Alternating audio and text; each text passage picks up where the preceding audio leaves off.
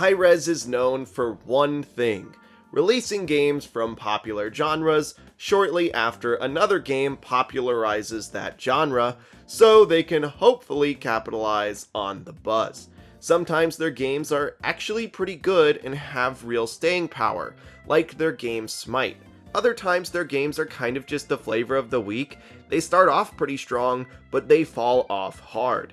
Today, I want to go over their new release, Divine Knockout. I'm in a pretty unique position to review this game. I've played Smite casually since its closed beta on Xbox, and I've been really just feeding my brains out for over 1,000 hours in 8 years. I'm also big on platform fighters, having grown up obsessed with Smash Brothers, and of course you guys probably know me from Multiverses. I was lucky enough to get into Divine Knockout's closed alpha, so without any further introduction, let's see if this game is just another gimmick tied to a popular genre, or if it's actually a genuine banger. First, let's go over how the game actually works. Divine Knockout is a third-person platform fighter, and as far as I'm aware, it's the first game to actually do this. It's a spin-off of Hi-Rez's most successful game, Smite. They take the characters from that game, and they also include a couple of mechanics to make the games feel a little similar. It's honestly pretty cool the way they accomplish this. The game features light attacks, heavy attacks, a dodge, and 4 abilities for each character. Each character gets a movement ability, 2 regular abilities, and an ultimate ability. This is one of the things that makes it feel a little similar to Smite, where most characters have 3 normal abilities, in addition to an ultimate ability. It's a pretty smart way to link the game even further to its predecessor, but don't worry if Smite wasn't your cup of tea. Divine Knockout plays completely like its own game, and it doesn't play like Smite. As with most platform fighters, the goal in Divine Knockout is to rack up damage on the enemy and eliminate them by knocking them out of bounds. Thanks to the third-person camera perspective, however, the game feels like a brand new, fresh take on the genre. You see, there's actually one more thing that Divine Knockout takes from Smite. Smite gained most of its success from offering a genuinely fresh spin on a genre people enjoyed. Can you think of another third-person MOBA? Not really. A couple of other challengers tried their luck, but it never worked out for a game that wasn't Smite.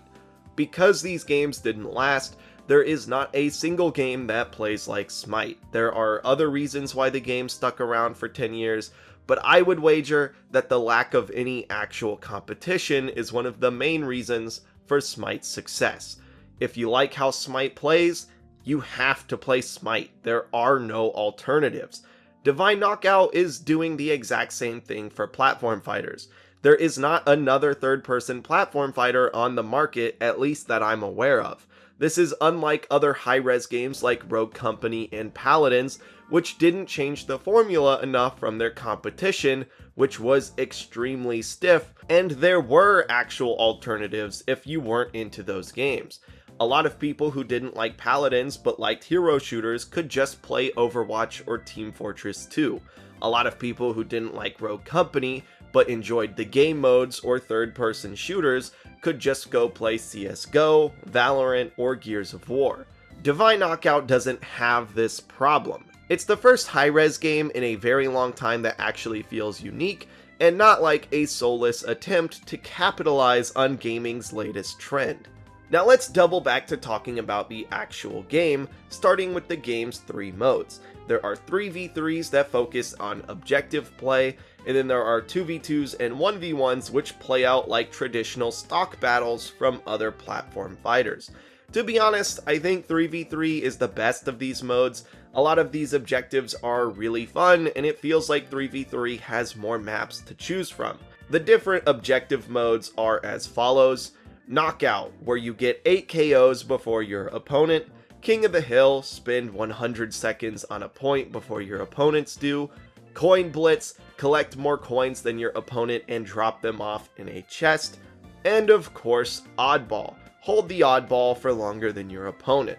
I don't know if it's just because I was a Halo kid growing up and half of these are some of the best game modes from Halo, but I love these objectives. They're fun, they make so much sense for a platform fighter, and the fact that the 3v3 playlist offers all 4 of the modes just adds a ton of variety to your playtime.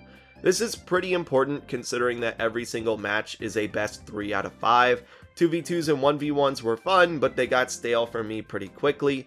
I can definitely see how certain players would find those modes more fun than the more objective heavy option, but I am definitely not those players. In a best 3 out of 5 for 3v3s, you could go all 5 games and play a different mode nearly every time. It's just so nice, and whenever I play the game, I have a wonderful time. My play sessions of this game are just filled with magic and whimsy, like I'm frolicking through a flowery field with my boys. You guys know what I'm talking about, right? Something I really like about this game is the fact that it has 3v3 in general. If you have a squad of 3 players and you want to play a platform fighter, you can't play Smash online, you can't play Multiverses online, and correct me if I'm wrong, I don't think you can play Brawlhalla online either, but I might be mistaken on this one. The fact that when I have 2 other friends, which, you know, I have more than one friend, when we want to play a game together, Divine Knockout is an actual option, and I think that's a really great thing. I think there should be more options for 3 people than just Battle Royales. Speaking of options, let's move on to discussing characters. The heroes in Divine Knockout, like I mentioned earlier, are all characters from Smite, and I personally think that's a good thing. Smite is a game based on mythology, and I think Smite has some of the best designs for those characters. The designs have transferred extremely well into Divine Knockout's new art style, and the great news is that every character in Divine Knockout looks pretty dope. How do they play though? Well, here's where I tell you to subscribe and press that notification bell, because I'll be going over all of these characters in more detail in tomorrow's video, which just so happens to be a day 1 tier list for the game. To go in detail with each character would just take way too long for this video, but I can say that everyone I've played has been pretty fun. My personal favorites right now are King Arthur, Hercules, and Thor. Inside of every man is a spirit that represents how they play video games, and my spirit is a caveman that smacks his club on the floor of his cave as he scratches his balls. I'm an Oonga Boonga bitch, and these 3 really let me explore that playstyle in full force. You see, I just want to turn brain off and press buttons. There are some characters that require a bit more finesse though, so don't worry if you're not built like me. Also, the way you unlock characters in this game is pretty sick. You can earn free currency which you can use to buy character tokens, but even better than that, you can unlock character tokens just by leveling up your characters. Once you get all of your characters to a combined level 10, you will be rewarded with a character token. After that, once you get your characters to a combined level 30, so get 20 more levels after you get to level 10, you get another token. It doesn't take a long time to level up characters, especially for their early levels, so this is a pretty reasonable way to give players a couple of characters that they want early on. The best thing about this is if your favorite character is in the starting lineup, you can also just hold on to this token until a future release interests you. There's no expiration date on the token, and I love this system. I think it's a great consumer-friendly way to entice people to play. I know I extended my first play session by a couple of hours so I could unlock a new character, and then I wanted to try out that character so I extended that session even more.